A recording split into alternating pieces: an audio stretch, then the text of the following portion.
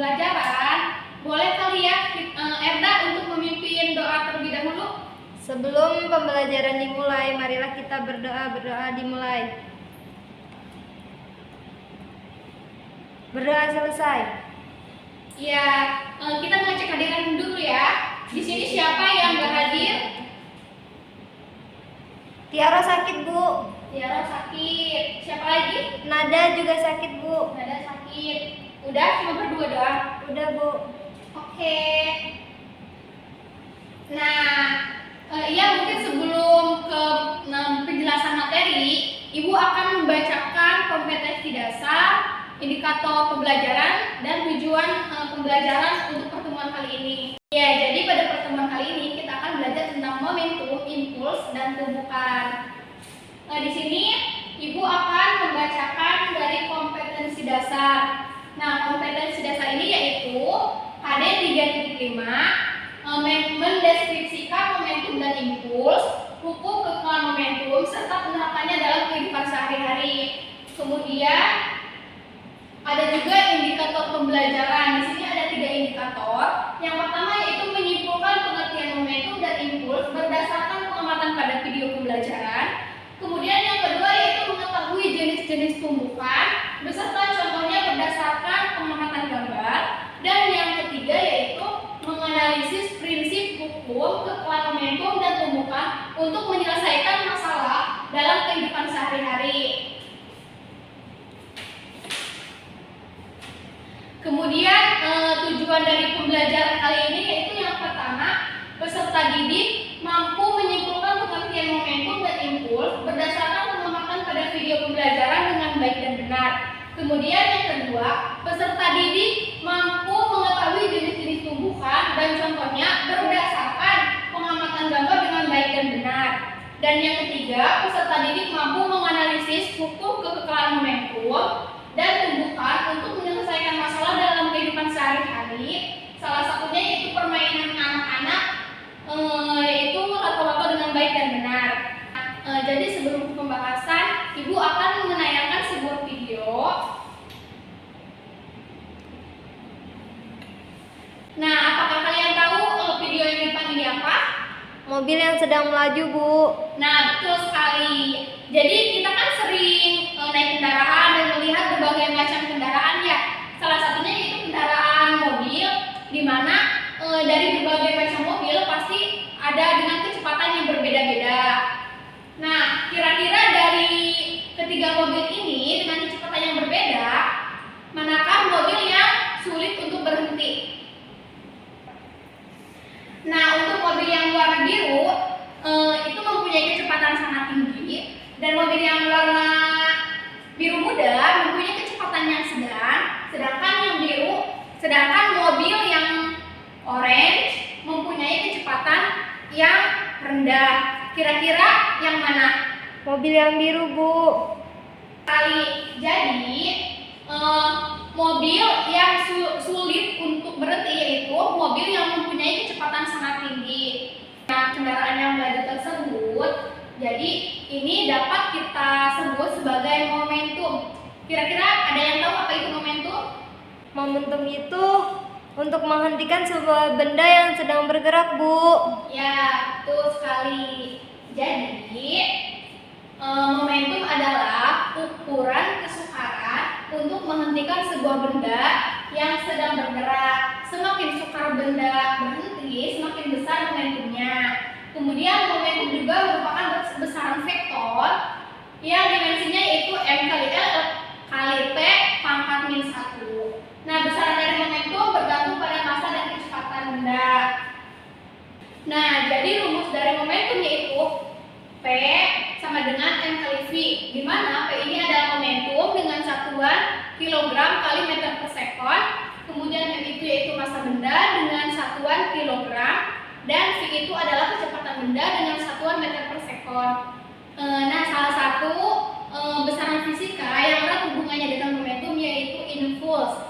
Jadi impuls adalah salah satu besaran fisika yang erat hubungannya dengan momentum. Nah, impuls juga dapat diartikan sebagai ukuran seberapa besar gaya luar mengubah momentum suatu benda. Gaya tersebut bekerja dalam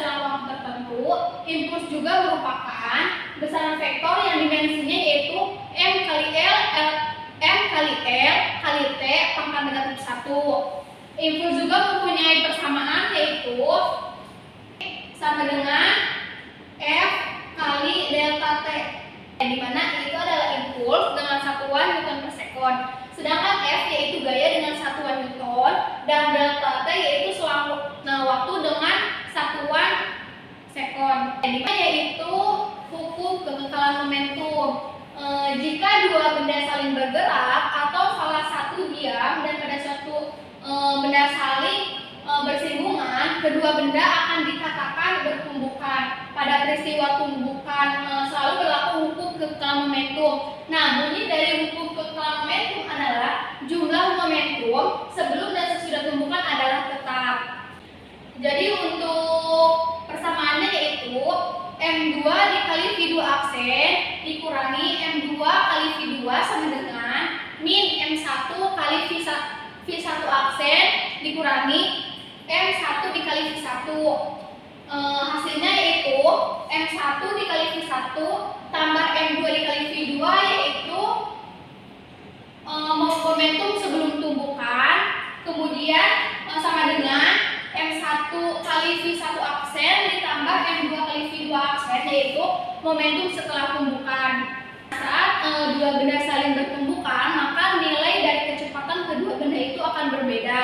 Nah, selisih dari perbedaan dari kedua benda itu yang dinamakan yaitu koefisien restitusi.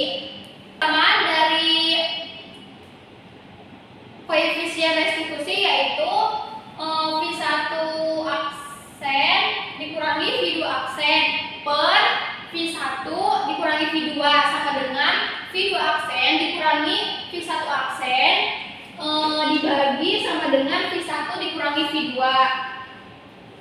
Selanjutnya yaitu tentang tumbukan. Tumbukan adalah interaksi dua buah benda atau lebih yang saling bertukar gaya dalam selang waktu tertentu dan memenuhi hukum kekekalan momentum. Ada yang tahu contohnya dari tumbukan? Mobil yang tabrakan, Bu. Iya, bisa jadi. Jadi intinya ketika ada dua buah benda atau lebih saling bertubrukan itu dinamakan dengan tumbukan. Nah, dari jenis-jenis tumbukan itu ada 3. Yang pertama yaitu tumbukan lenting sempurna, yang kedua yaitu tumbukan lenting sebagian, yang ketiga yaitu tumbukan tidak lenting sama sekali. Nah, tadi kan materi udah disampaikan ya. Sekarang kita akan membagi kelompok jadi berapa ya? Mungkin jadi 4 kelompok aja kali ya. Kelompok 1 di sini, kelompok 2 di tengah, kelompok 3 juga di tengah sebelah kiri Ibu, dan kelompok 4 sebelah kiri paling ujung. Nah, oke, Ibu akan membagikan LKPD ke setiap kelompok. Ini untuk kelompok 1, kelompok 2, dan kelompok selanjutnya. Nah, kan di sana di LKPD tersebut kan Ibu sudah memberikan soal ya. Nah, soalnya itu seperti di layar yang di depan ini, yaitu mengamati tentang gambar 1, gambar 2, dan gambar 3, di mana kalian dapat mencocokkan atau termasuk gambar 1 ini termasuk ke tumbukan apa, gambar 2 ini termasuk ke jenis tumbukan apa, dan selanjutnya seperti itu. Kemudian nanti kalian isi alasan kenapa dari gambar tersebut termasuk ke salah satu jenis tumbukan tersebut. Nah, Ibu kasih waktu setiap kelompok untuk mengerjakan LKPD tersebut selama 5 menit.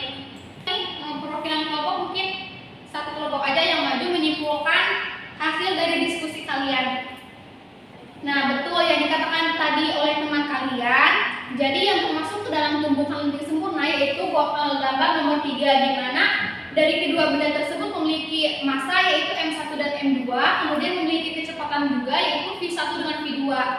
Kemudian ketika dua benda itu ditumbuhkan, maka dari kedua benda itu akan saling berlawanan arah dan tetapi tidak akan menghilangkan energi.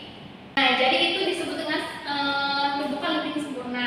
Kemudian untuk tumbukan lenting sebagian, yaitu contohnya yang ada pada gambar 1. Nah, kenapa disebut dengan lebih sebagian karena bola tersebut kan mempunyai ketinggian yaitu dengan H dan kecepatan yaitu V. Ketika bola karet tersebut dijatuhkan ke bawah, maka bola tersebut akan memantul dan lenting dari kecepatan bola tersebut akan berbeda dengan kecepatan semula. Nah, yang terakhir yaitu tumbukan tidak lenting sama sekali. Contohnya yang terdapat pada gambar 2 yaitu sebuah peluru yang ditembakkan kepada sebuah bola dan peluru tersebut akan bersarang di dalam bola tersebut. Nah, kenapa pada gambar 2 itu disebut sebagai lenting, sebagai tumbukan tidak lenting sama sekali? Karena kedua dari benda tersebut mempunyai kecepatan yang sama.